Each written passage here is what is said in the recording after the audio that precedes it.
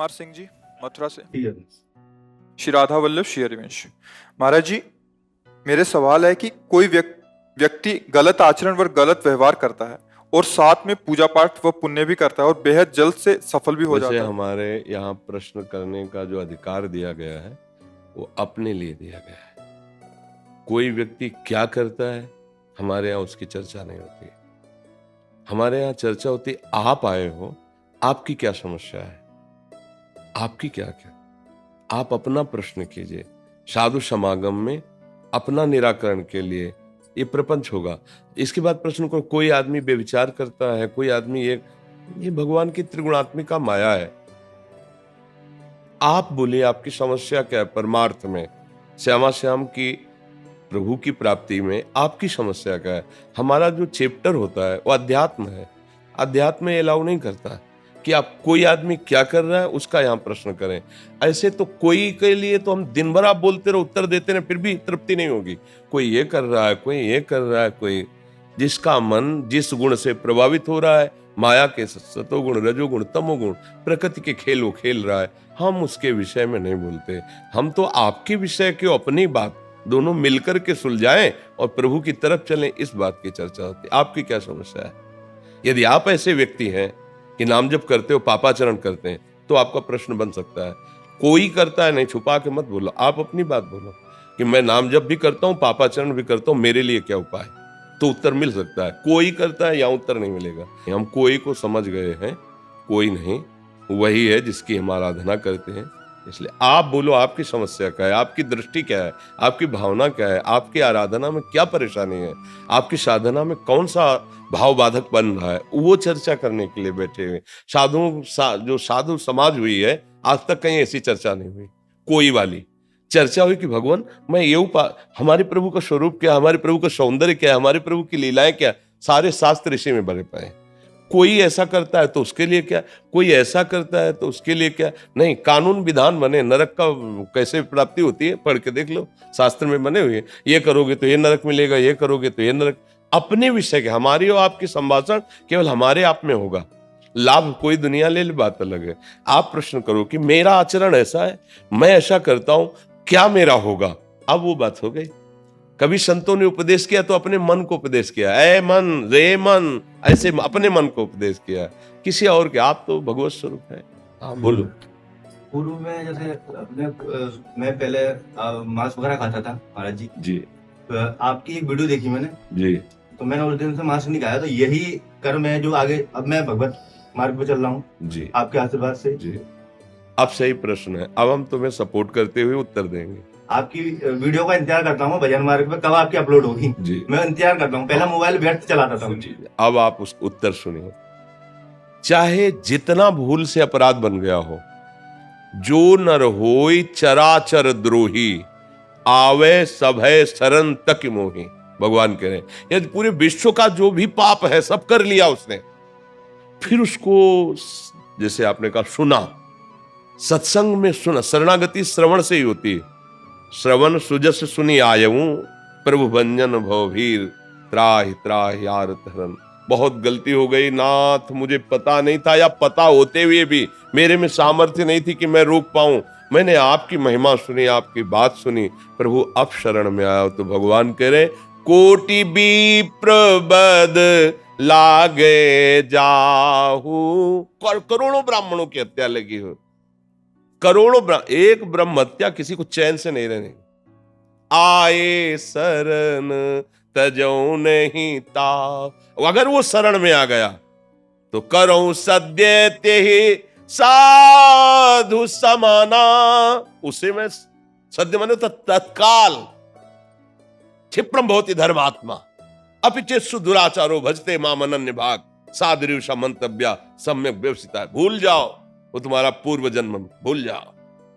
अज्ञान में मेरे से गलती, अब लो नशानी अब ना नशे, अब लो नशा। अभी तक गलती होती रही, अब नहीं होगी, पर टिक तभी पाओगे। गोस्वामी जी इसी पद में लिखते हैं, पायो नाम चारु चिंतामणि, उर करते न खसई हो। तब ये सामर्थ्य है कि अब लो नसाली अब ना। जो नाम मिला है उसको निरंतर जपते रहो और आप खुद अनुभव करोगे भक्ति को प्रमाणित बाह्य नहीं किया जा सकता, वो तो बातें हैं करने की। भक्ति का प्रमाण अपना हृदय होता है, अपना मन होता है। प्यार का प्रमाण कोई बाहर थोड़ी दिया जाता है, प्यार का प्रमाण यहां होता है हृदय। कह जाने दिल आपनो या जा सिर बीती होए। तो भक्ति में क्या आपको सुख मिल रहा है, आप बाहरी प्रमाण नहीं दे सकते। हो सकता है बाहरी प्रमाण जो आप दे रहे हो वो प्रतिकूल दिखाई दे लोगों को। अगर हम लौकिक, बाहरी, शारीरिक, व्यवहारिक, तो एक एक रोटी का टुकड़ा मांगता है वो महान भक्त। एकांत में पड़ा हुआ प्रभु के चिंतन में आंसू बहाता है, ये बाहरी दिखाई दे रहा है। वो आंतरिक है कि बड़ी बड़ी सिद्धियां देवराज इंद्र तक उसकी सेवा के लिए ललचा रहे हैं, लेकिन वो निष्काम निरपेक्ष महात्मा भगवान से भी कोई चाह नहीं रख रहा। वो महापुरुष सातरत्न सा लोकांतर, ये भक्ति प्रमाणित बाहरी लक्षणों से करने वाली नहीं। इसलिए नाम जप करो, बिल्कुल चिंता मत करो, जो हो गया उसको हमारे प्रभु मिटा देंगे। कह रहे हैं सन्मुख होए जीव मोहि जब वही जन्म कोट यगना, बिल्कुल डरना नहीं। अब ये बात है कि हमें आगे ये करना भी नहीं, जो हमसे गलती हो गई प्रभु क्षमा करेंगे। अब हम आगे बिल्कुल, आप बिल्कुल ये समझो कि पहाड़ जैसे पाप हो ना, तो बिल्कुल राख बनने में देर नहीं लगेगी। मेरे प्रभु इतने कृपालु हैं। उमा राम स्वभाव जे जाना, ताई भजन तज भावना।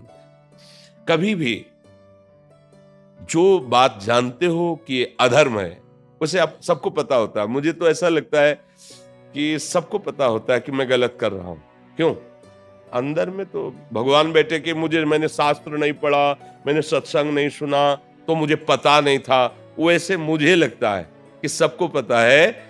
जहां आप कोई गलत करना चाहोगे तो अंदर बैठा गुरु तत्व आपसे कहेगा ये गलत है, मत करो। पर वो इतने धीमे स्वर में होता है कि बहिर्मुखता होने के कारण, अहंकार होने के कारण हम अवहेलना कर देते हैं। कभी कभी लोग अनुभव करते हैं, यार पहले मन में तो आया था कि यार ऐसा ना करें, पर देखो मान जाते यार तो बच जाते। ऐसा आता है ना, वही सदगुरु अंदर बैठा तुम्हारे जो हृदय में है, वो प्रेरणा। अगर जो हमें लगता है कि अधर्म है तो हमें रुकना चाहिए, 1 मिनट विचार करना चाहिए। यदि मेरा विचार सही ना हो तो अपने पूज्य जनों से पूछना चाहिए कि जो मैं करने जा रहा हूं ये सही है गलत। पर पूज्य जनों से ऐसे से सलाह ना ले ले जो आपसे भी गिरा हुआ है, वो तो आपको प्रोत्साहित कर देगा कि चलता है, फिर वो तो गड़बड़ कर देगा।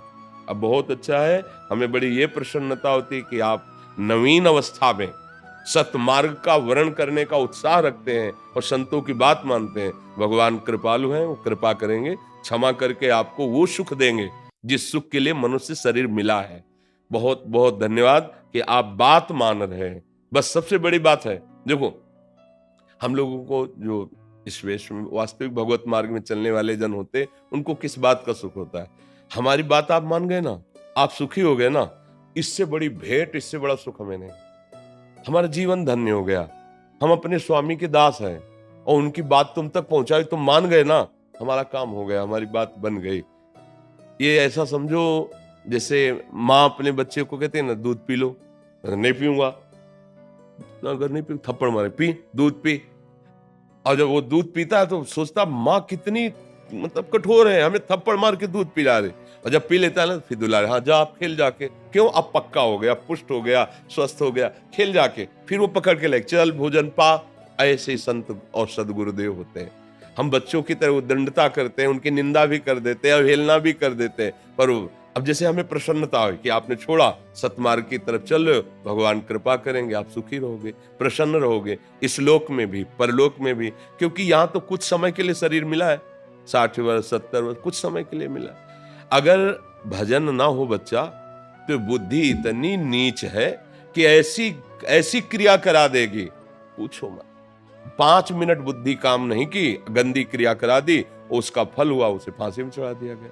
समाज में निंदनीय हुआ और यहां दंड मिला, मृत्यु दंड, और परलोक में दुर्गति होगी। बताओ, सब गड़बड़ कर दिया। केवल बुद्धि नहीं तो गड़बड़ कर दिया ना। तो अगर हम नाम जप करें, हमारी बुद्धि शुद्ध हो, तो देखो आप गरीब हो सकते हो कि भाई आपके पास लाखों रुपया खर्चा करने के लिए नहीं, लेकिन आप हृदय के अमीर हो जाओगे। और हृदय का अमीर जो है कभी दुखी नहीं होता। बाहर का अमीर है, एसी में बैठा है, हृदय जल रहा है, क्योंकि पापाचरण किए ना, न रात्रि में चैन ले दे रही दुर्वासनाएं, न दिन में, रात दिन वो जलता रहता है।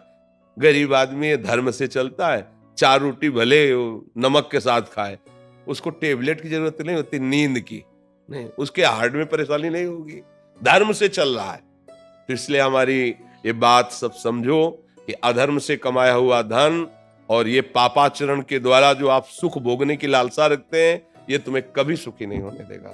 धर्म से चलोगे, थोड़ा तुम्हें लगता है कि हमारा पड़ोसी जो है बहुत सुख में है, लेकिन ये बाह्य वस्तुएं सुख प्रदान नहीं कर सकती, नहीं कर सकती। पक्का समझ लेना, सुख तभी मिलेगा जब आप सच्चाई से चलोगे, धर्म से चलोगे और भगवान के आश्रित होगे। ये हमारे शब्द लिख लो दिमाग में, सच्चाई से चलोगे, धर्म से चलोगे, भगवान के आश्रित रहोगे, कुछ नहीं होगा तो भी तुम मस्त रहोगे।